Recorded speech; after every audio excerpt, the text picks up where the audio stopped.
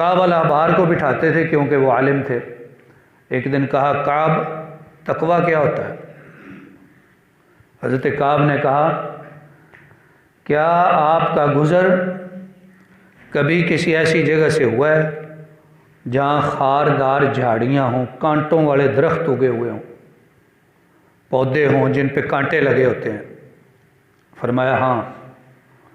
کعب کہتے ہیں آپ کس طرح گزرتے ہیں؟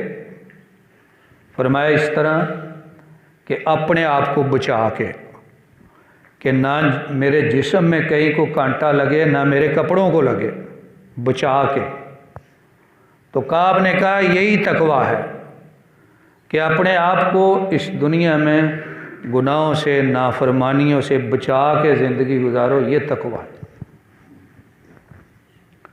ہمارے ماضی قریب کے خطباء میں سے ایک بڑا نام ہے حضرت مولانا محمد حسین شیخو پوری رحمہ اللہ کا۔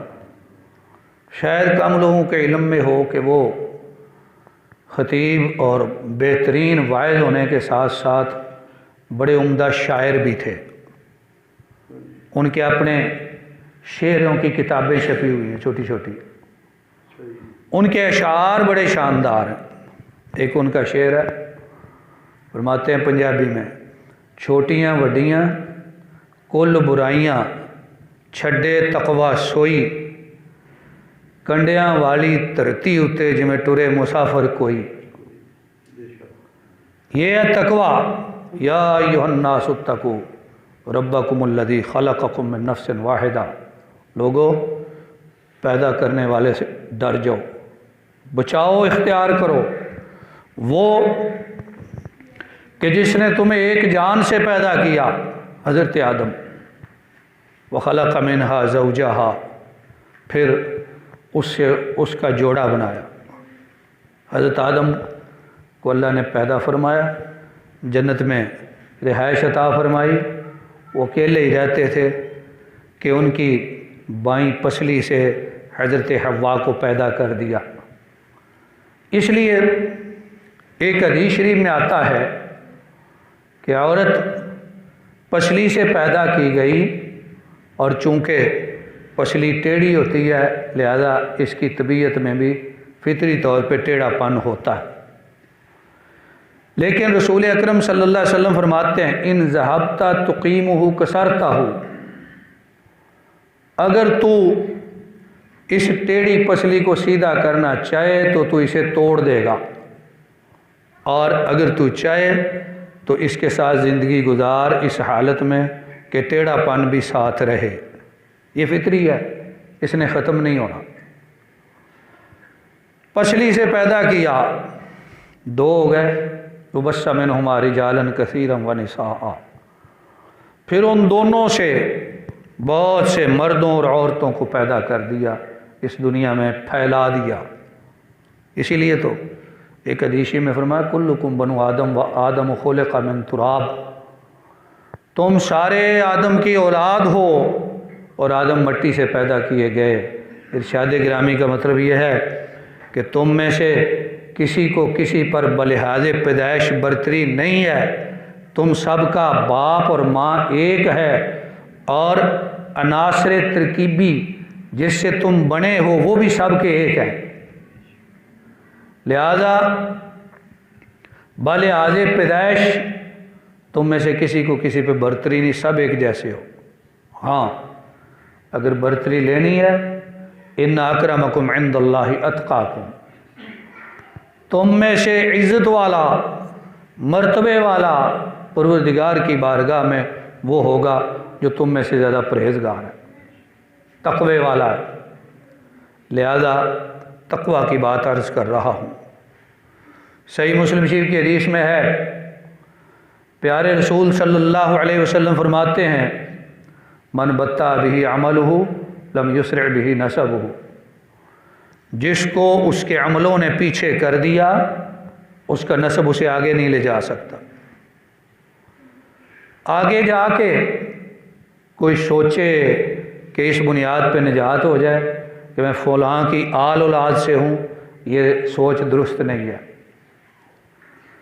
عملوں کی بنیاد پہ بلکہ عملوں سے بڑھ کر سب سے پہلی بنیاد بخشش کی ہے اللہ کریم کی رحمت، اس کی مہربانی، اور اس کے بعد اعمال۔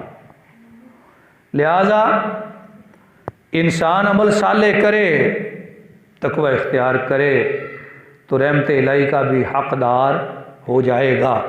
فرمایا ڈرو اس اللہ سے جس نے تمہیں ایک جان سے بنایا، اس کا جوڑا بنایا، پھر ان دونوں سے بڑے مردوں اور عورتوں کو پھیلا دیا۔ واتقوا اللہ الذی تساءلون بہ والارحام، اس اللہ نے تمہیں پیدا کیا۔ ایک حدیث میں آتا ہے کہ جب اللہ نے تخلیق آدم کا ارادہ فرمایا، فرشتوں کو بھیجا، زمین کی مختلف جہتوں سے، مختلف ٹکڑوں سے مٹی اٹھائی گئی۔ فرمایا جس طرح مٹیوں کے رنگ مختلف ہوتے ہیں مختلف علاقوں میں، اور مٹیوں کی طبیعتیں مختلف ہوتی ہیں، کوئی مٹی سخت، کوئی نرم، کوئی مٹی کالی، کوئی مٹی سرخ، کوئی سفید۔ فرمایا اسی طرح اولاد آدم میں یہ بات ان کی تخلیق میں سرایت کر گئی کہ کسی کا رنگ کالا، کسی کا گورا، کسی کی طبیعت سخت، کسی کی نرم۔ کیوں؟ ان کی طبیعت میں اللہ نے ساری مٹیاں شامل کی ہوئی ہیں۔ اس سے ڈرو جس نے تمہیں پیدا کیا، تم نہیں تھے، عالم ارواح میں تمہاری ارواح بنائیں، پھر عالم دنیا میں تمہیں بھیجا۔ اس کی مہربانی ہے کہ عالم ارواح میں عہد الست لے کے بھی وہاں قرآن کے فرمان پر ہمیں یقین رکھنا چاہیے اور یہ عقیدہ بنانا چاہیے کہ وہاں ہم سب تھے، ہم سب کی روحیں تھیں، اور سب اپنے رب کو وعدہ دے کے آئے کہ ہم تیری عبادت کریں گے، لیکن اس کو پروردگار کو پتہ تھا کہ اس انسان کی فطرت میں بھولنا بھی ہے، لہذا بھولے ہوئے سبق کو یاد کرانے کے لیے اس نے کمال مہربانی سے انبیاء اور رسول کا سلسلہ جاری فرمایا، اور انبیاء اور رسول نے اللہ کا وعدہ بھی یاد دلایا اور خوف خدا جو ہے بار بار زندگی میں یاد دلایا۔ واتقوا اللہ الذی تساءلون بہ والارحام، اس اللہ سے ڈرو جس اللہ کا نام لے کے ایک دوسرے سے سوال کرتے ہو، کہتے ہو کہ اللہ کے لیے میرا یہ کام کر دو، یا کبھی کہتے ہو میرا یہ کام کر دو، اللہ تجھے برکتیں دے، اللہ تجھے رحمتیں دے، اللہ کا واسطہ دیتے ہو، اللہ کا وسیلہ دیتے ہو۔ فرمایا اس اللہ سے ڈرو، اور اللہ کے نام کو درمیان میں لانا درست ہے، لیکن درمیان میں جب لانا درست ہے تو اس کے نام کی، اس کے عہد کی حرمت کا خیال رکھو، پاسداری کرو، اس کے نام کو خالی نشانہ بنا کے اپنا کام نہ نکالو۔ اس لیے ہمارا لا تجعلوا اللہ عرضۃ لایمانکم ان تبروا وتتقوا، تم نیک اور پرہیزگار بننے کے لیے یا لوگوں کو دکھانے کے لیے اللہ کا نام بطور نشانہ سامنے نہ رکھو۔ اگر اس کا نام لیا ہے تو اس کی پاسداری کرو۔ یہ آیت مبارکہ ان آیات میں سے ایک ہے جو خطبہ نکاح میں پڑھی جاتی ہے، اور خطبہ نکاح میں جو آیات پڑھی جاتی ہیں ان تینوں میں اللہ نے یہی فرمایا لوگو اللہ سے ڈرو۔ وہاں ڈر کا حکم دینے کا مطلب کیا ہے؟ وہاں مطلب یہ ہے کہ یہ جو دو افراد کا ملنا ہے، ان کے ذریعے دو خاندانوں کا ملنا ہے، یہ اللہ نے فطرت بنائی ہے اور تمہارے لیے دنیا کی نعمت اور راحت بنائی ہے۔ اسے کوئی کھیل نہ سمجھنا اور اسے بیکار تعلق نہ سمجھنا، اس میں حکمت الہیہ پائی جاتی ہیں، اور اس اللہ سے ڈرو بار بار نکاح کے موقع پہ کہا۔ کیوں کہا؟ اس لیے کہ کوئی بھی مرد اور عورت ایک دوسرے کے لیے اجنبی ہیں، ان کا تعلق آپس میں قائم نہیں ہو سکتا جب تک یہ آیات نہ پڑھی جائیں، خطبہ نہ پڑھا جائے تو یہ آیات اور یہ جو خطبہ پڑھا گیا یہ بھی گویا اللہ کا نام ہے، اللہ کا نام پڑھ کے اس کے واسطے سے ایک مرد اور عورت کا تعلق آپس میں جائز ہوا ہے، تو بار بار کا اللہ سے ڈرو، یعنی میاں بیوی کا رشتہ قائم رکھنے میں اس سے ڈرو، اس کے نام کا احترام کرو، لڑائی جھگڑا نہ کرو اور بلا وجہ طلاق نہ دو۔ مرد کو کہا کہ ابغض الحلال الی اللہ الطلاق، اللہ نے جو چیزیں حلال کی ہیں نا، حلال باوجود کہ حلال کی ہیں، ان میں سے ایک چیز اللہ کو بڑی ناپسند ہے، کی اس نے حلال ہے۔ حلال کیوں کی ہے؟ اس لیے کہ ضرورت پڑ جاتی ہے، لیکن ناپسند ہے، بہت ناپسند ہے۔ وہ کیا ہے؟ فرمایا وہ طلاق ہے۔ اور عورتوں کے بارے میں فرمایا کہ جو کوئی عورت، رسول اکرم صلی اللہ علیہ وسلم کا ارشاد ہے، جو کوئی عورت بلا وجہ اپنے خاوند سے طلاق طلب کرے اس کے لیے وعید ذکر فرمائی اور اس پر لعنت ذکر فرمائی۔ لہٰذا یہ تعلق دونوں کا قائم ہوا تھا اللہ کے نام سے، اس کے نام کا احترام کرو اور اس تعلق کو جاری رکھو۔ واتقوا اللہ، اللہ سے ڈرو۔ اللہ کی ہستی بڑی ہے، اللہ کا نام بھی بڑا ہے۔ اللہ کے نام میں جہاں جلال ہے، جہاں جمال ہے، وہاں کمال ہے، وہاں روب ہے، وہاں رحمت ہے، وہاں برکت ہے۔ عرب کا ریگستان ہو اور گرمی کا موسم، کہیں کہیں پہاڑوں پہ چند درختوں کا وجود ہو تو زمانہ قدیم میں غنیمت سمجھا جاتا تھا، بلکہ آج بھی غنیمت سمجھا جاتا ہے۔ بخاری شریف میں واقعہ ذکر ہوا، صحابہ کرام حضرت کے ساتھ کسی سفر سے واپس آ رہے تھے، ایک جگہ درخت نظر آئے، فرمایا چلو ان کے سائے میں آرام کر۔ صحابہ درختوں کے نیچے متفرق ہو گئے، کوئی اس کے نیچے، کوئی اس کے نیچے، کوئی اس کے نیچے لیٹے ہوئے تھے۔ جناب بھی ایک درخت کے نیچے لیٹ گئے۔ ابھی تھوڑا لیٹے ہی تھے کہ ایک کافر آ گیا، وہ آپ کو پہچانتا تھا۔ اس نے آپ کی تلوار پکڑ کے کہا من یمنعک منی یا محمد، اے محمد صلی اللہ علیہ وسلم آپ کو مجھ سے کون بچائے گا؟ اس نے سمجھا کہ یہ سارے سوئے ہوئے ہیں۔ ٹھیک ہے کہ صحابہ کرام سوئے ہوئے تھے، لیکن اسے پتہ نہیں تھا کہ یہ وہ ہستیاں ہیں کہ العینان تنامان والقلب یقظان، ان کی آنکھیں سوتی ہیں، دل جاگتا رہتا ہے۔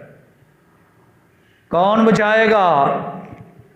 آپ نے اس کے جواب میں کوئی لمبی چوڑی بات نہیں کی، صرف ایک لفظ بولا، فرمایا اللہ۔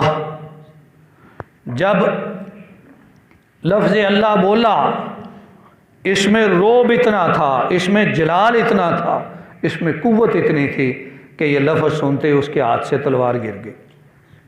پھر حضور نے اٹھا لی، فرمایا اب تم بچاؤ، تم بتاؤ تمہیں مجھ سے کون بچائے گا؟ اس نے جو عام طریقہ ہوتا ہے وہ اختیار کیا، جی آپ بڑے اچھے ہیں، اچھے خاندان کے ہیں، بڑے مہربان ہیں، اس طرح کی باتیں کی۔ تو وہ جیسے بھی کر رہا تھا حضور سے بہتر ہستی کے اعتبار سے، خاندان کے اعتبار سے اس دنیا میں کوئی آیا ہی نہیں، آپ نے اسے چھوڑ دیا۔ تو بات یہ ہے کہ دیکھیں لفظ اللہ کا کیسا روب پڑا۔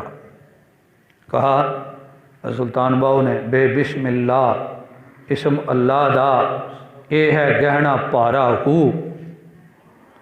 اللہ کا نام بسم اللہ میں جو اللہ ہے، یہ اللہ کا نام بڑا پیارا ہے اور یہ دولت ہے اور بڑی بھاری اور قیمتی دولت۔ اس دولت کی قدر ہم نے پہچانی نہیں، اس کے ساتھ تعلق نہیں جوڑا۔ یا ایھا الانسان ما غرک بربک الکریم، اللہ نے ایک جگہ پہ نا گویا گلے کے انداز میں، جیسے ہمارے ہاں گلا ہوتا ہے، اللہ تو نہیں کرتے، انداز یہ ہے، گلا کر کے کہا انسان تجھے تیرے رب سے کس چیز نے دور کیا؟ وہ تو رب پیارا ہی بڑا ہے، وہ تو کریم ہی بڑا ہے، وہ تو رحیم ہی بڑا ہے، تو نے اس کے ساتھ تعلق کیوں نہیں جوڑا؟ کس چیز نے تمہیں دور کیا؟ الذی خلقک، اس کی مہربانیاں نہیں دیکھتے؟ اس نے تمہیں بنایا ہے، کوئی اور تمہیں بنا سکتا تھا؟ اس نے تمہیں بنایا۔ فسوا کا، اور بڑا پیارا بنایا، ساری مخلوقوں سے اللہ بنایا، فعدلک فی ای صورت ما شاء رکبک، جس صورت میں چاہ تمہیں بنایا۔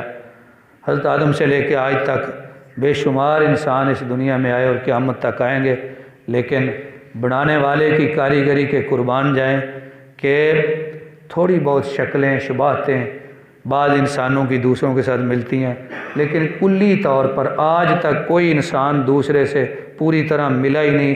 ہر ایک کا نقشہ الگ ہے، ہر ایک کی شکل و صورت الگ ہے۔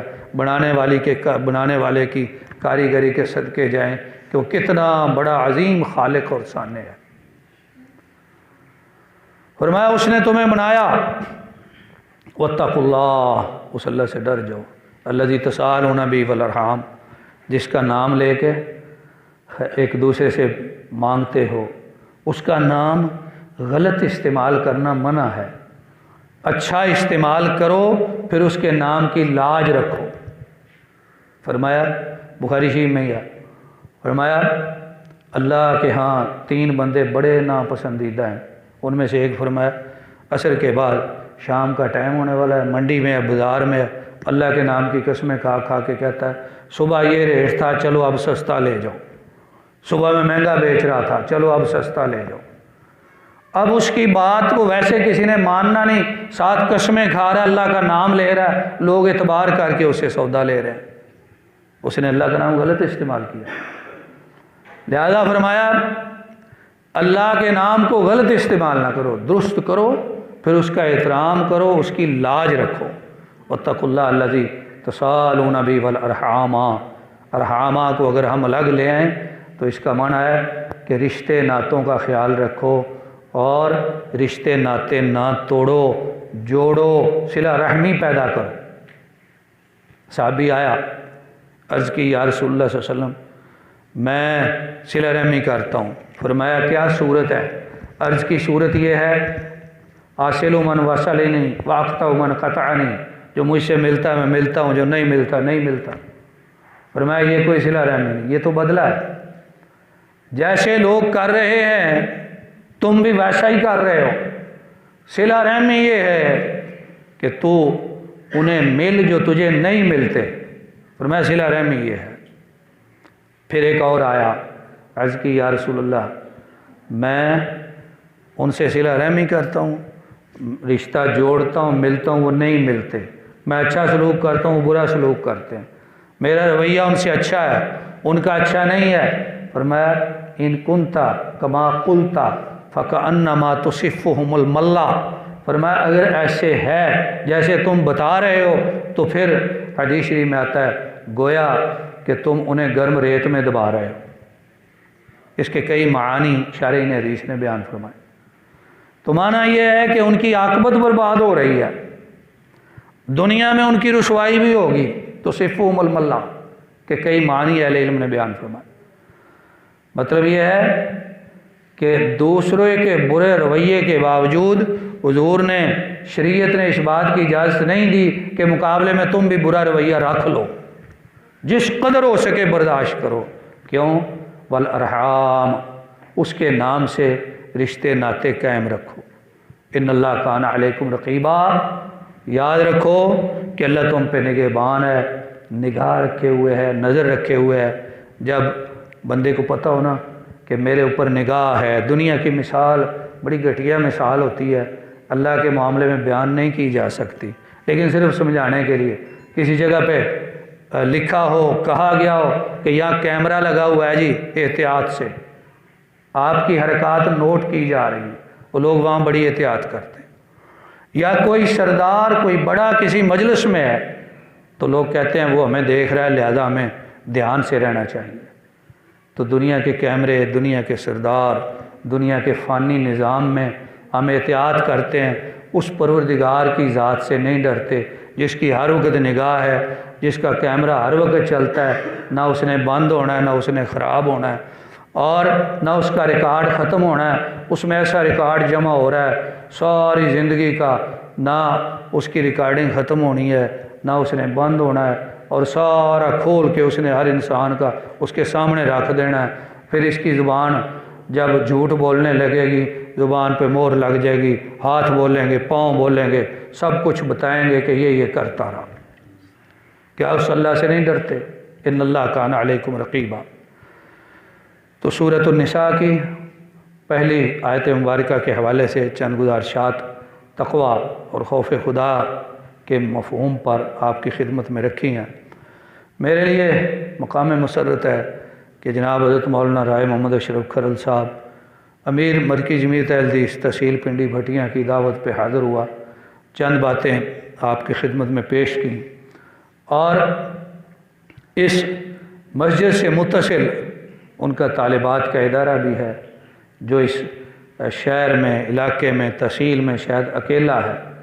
یہ بھی ان کی خاص محنت اور لگن ہے، اور اعلاء کلمت اللہ کی جستجو ہے، رضائے الہی کی ایک کوشش ہے، جس میں ہمیں دعا کرنی چاہیے کہ اللہ تعالیٰ انہیں کامیاب فرمائے، اور سب کو اس معاملے میں ان کا ساتھی بننا چاہیے، دست و بازو بننا چاہیے۔ اور جو طالبات یہاں پڑھ رہی ہیں ان کے لیے مبارکباد ہے کہ انہوں نے ایک اچھا رستہ اختیار کیا ہے، دین کا علم حاصل کرنے کا راستہ اس دور میں کہ جو دور فتنوں سے بھرا ہوا ہے، جب اپنا ذہن اور فکر اور عزت اور آبرو اور اخلاق اور کردار دنیا میں بچانا بڑا مشکل ہے۔ یہ وہ راستہ ہے جو اصلاح کرے گا، جس سے ہر چیز کی بچت ہوگی، بہتری ہوگی، خیر ہوگی، برکت ہوگی، اور یہ برکت انشاءاللہ نسلوں تک جاری ہوگی۔ لہذا یہ عمل بھی خوشی کا باعث ہے، مسرت کا باعث ہے، اور اس میں پڑھنے والے، پڑھانے والے سارے ماشاءاللہ جی ساتھی نے تعاون کیا مدرسے کے لیے رائے صاحب کے ساتھ، اللہ تعالیٰ قبول فرمائے۔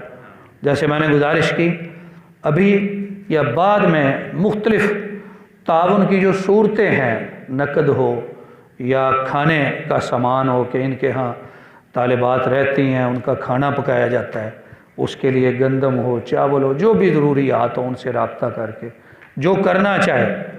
یہ اس بیان کے آخر میں بس میرے ذہن میں بات آئی، میرے اپنے دل کی آواز تھی جو میں نے عرض کی، حاشا وکلہ انہوں نے مجھے نہیں کہا کہ آپ ایسا کریں، یہ میں اپنی طرف سے کر رہا ہوں کہ ہمیں یہ کرنا چاہیے۔